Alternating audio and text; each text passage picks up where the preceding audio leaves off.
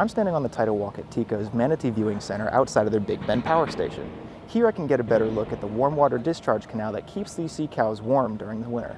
The viewing center in Apollo Beach is reopened for the season. It sits across from the power station's canal where manatees seek out food and warmer, shallow water. Lauren Gomez, who works at the center, said they prepared for Hurricanes Helene and Milton, but preparations still need to be made before they could open to the public. So for Helene, we had quite a bit of storm surge out here, and even though we sit at about 9 feet of elevation, we did get water up to about my shoulder height. Gomez says workers had to hose salt water off their equipment and clean out their Stingray touch tank. She also said Helene flooded their lower restrooms with 2 feet of water. Milton, having less impact here, only created plant debris along nature trails but didn't damage their facilities. Despite their troubles, the viewing center is open on schedule and residents are already enjoying it.